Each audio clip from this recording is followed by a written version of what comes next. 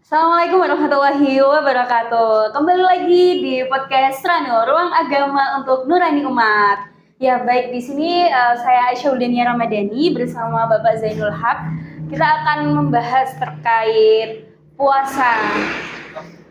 Nah, mungkin Bapak bisa perkenalan juga, bisa say hi, Pak. Terima kasih. Alhamdulillah. Siapa namanya?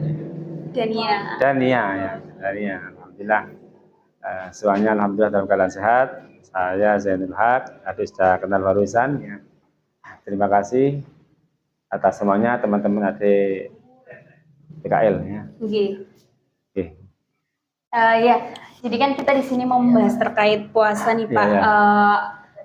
Ada beberapa yang menanyakan, Pak, ada yang bertanya-tanya terkait bulan Sya'ban. Kan di tanggal 30 Sya'ban itu kan tidak boleh berpuasa. Nah, itu bagaimana, Bapak? Oh iya ya. Memang pada bulan Sya'ban itu sendiri Rasulullah SAW memperbanyak ibadah di waktu itu.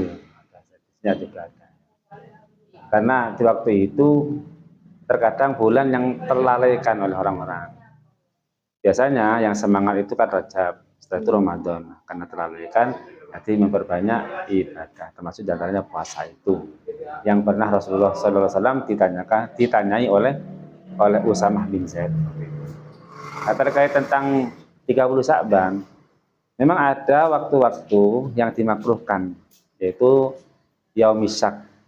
Yaumisyak itu ragu apakah itu sudah mulai Ramadan atau tidak. Nah, terkait tentang masalah puasa di hari itu, maka di sini saya sudah bacakan ya. Yang disampaikan di sini yukrahu shaumu yaumisyak illa ayyufiqa adatan lahu. Jadi itu dimakruhkan kecuali sudah terbiasa berpuasa di waktu itu. Misalkan puasa sehari ya. Sekarang puasa sehari lagi enggak atau Daud ya. Nah, kebetulan di hari itu bertepatan dengan 30 Sya'ban. Maka hari itu juga tidak makruhkannya. Disebutkan bila sababin yang tadi saumahu. Ini wa asal musannif li ba'di su'an hadza sabab bi qoulihi illa ayyufiqa adatan lahu fi tatawwi. Contohnya itu kaman adatu siyamu yaumin wa iftaru yaumin fa faqa saumahu yaumasyaki. Maka kalau sudah terbiasa berpuasa, misalkan sehari tidak, sehari puasa lagi, kebetulan di situ bertepatan dengan 30 Sya'ban, maka tidak apa-apa. Itu yang penjelasan di sini seperti itu. Nah, kalau semisal itu, Bapak, apabila ada yang belum mengqadha puasanya tanpa ada uzur dan bertepatan di 30 Sya'ban, itu bagaimana, Bapak? Nah, di situ tadi yang puasa sunnah saja.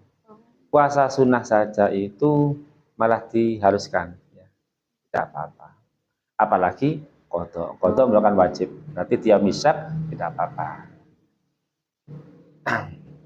Di sini disebutkan juga walau siyamu yaumisyak aidon an qada'in wa nadharin. Jadi juga puasa an qada'in wa nadharin.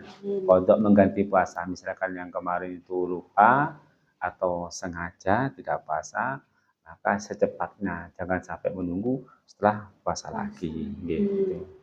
Ya, kalau untuk orang-orang yang tidak mengqadha puasanya, Pak, tanpa ada uzur sama sekali dan itu sampai memasuki bulan Ramadan, apakah ada selain membayar fidyah ada lagi, Pak?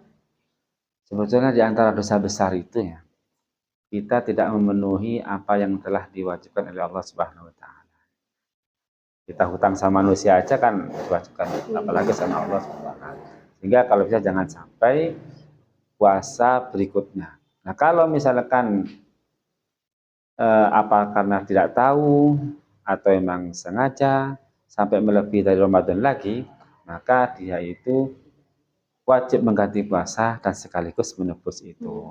Ya, 1 mud setiap harinya. Nah, 1 mud itu kira-kira 7 on. Tapi sebagian ada yang 6 on. Karena 4 mud itu sini dimaknanya kan 2,5 kg. Karena kalau 1 mutnya itu 6 on, berarti kira-kira kan 2,4 kg ya, apa 2,4 on ya. Berarti 2,5 kg kalau puasa. Tapi kalau dibuat 7 kilo ya alhamdulillah lebih. Berarti satu mut itu kira-kira 7 on lah. 7 on. Kalau puasanya itu melebihi, tidak mengkodok sampai lebih puasa lagi, maka dia itu diwajibkan mengkodok puasa dan sekaligus membayar fidyah 1 harinya 7 on. 7 on. Okay. Ya. Beras makan pokoknya. Kalau untuk orang yang sudah sakit bertahun-tahun, Pak, itu apa perlu ada pengkodokan atau hanya membayar fidyah? Sakit bertahun-tahun itu adalah haram layur jabir. Sakit yang layur jabir kalau sakitnya itu masih bisa diharapkan sembuhnya, maka dia itu berwajib untuk mengganti. Tapi kalau sudah tidak bisa diharapkan, kayak orang stroke, orang tua yang sudah kemungkinan untuk sembuh kayaknya nggak ada, itu ya tidak harus mengganti.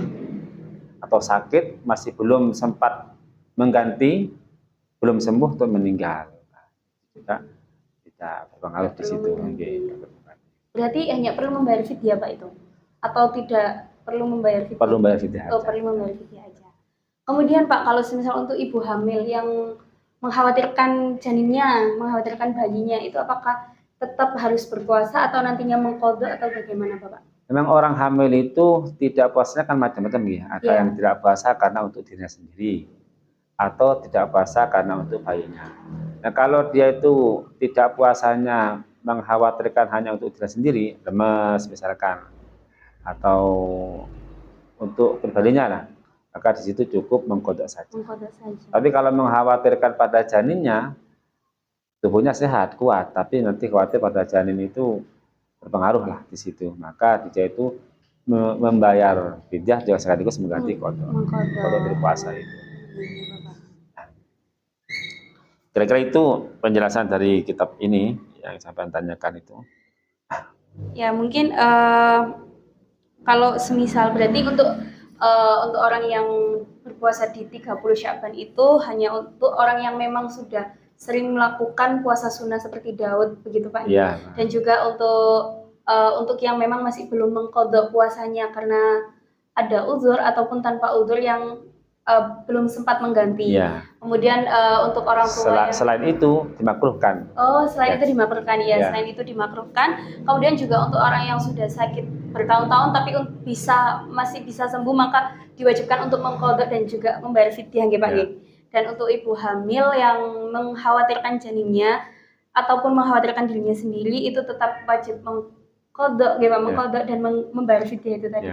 Berarti orang yang tua tadi itu yang bisa diharapkan sembuhnya, membayar fidyahnya kalau melebihi dari Ramadan lagi. Oh, kalau melebihi dari Ramadan lagi. Kalau tidak cukup puasa saja. Oh, kalau tidak cukup. Ya, terus orang hamil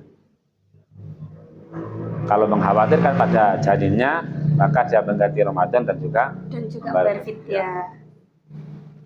Ya mungkin. Ya, ada lagi itu biasanya seseorang ketika bekerja keras Oh iya Bapak, untuk yang itu tetap malamnya tuh wajib niat. Karena kan nggak tahu besok apa yang terjadi, besok itu masih bekerja atau besok itu libur, kan tidak tahu. Sehingga bagi pekerja keras itu malamnya tetap wajib niat puasa. Besok saya mau puasa gitu. Kalaupun memang terjadi hal yang tidak memungkinkan, tidak kuat lah ya bisa nanti, tetapi berhentinya itu mengganti satu saat kalau libur bekerja. Tapi kalau kuat itu diteruskan puasanya. Oh, berarti untuk orang yang pekerja keras Pak, untuk yang memang tidak memungkinkan untuk kuat berpuasa itu boleh diqadha Pak? Iya, tapi malamnya tetap niat puasa. Tetap niat mau puasa. Iya. Gitu. Iya itu. Ya mungkin itu yang bisa kita bahas. Penjelasan dari Fathul Qorib. Ya, penjelasan dari kitab Fathul Qorib yang dijelaskan oleh Bapak Zainul Haq. Kurang lebihnya mohon maaf, kita akhiri. Wassalamualaikum warahmatullahi wabarakatuh. Waalaikumsalam warahmatullahi wabarakatuh.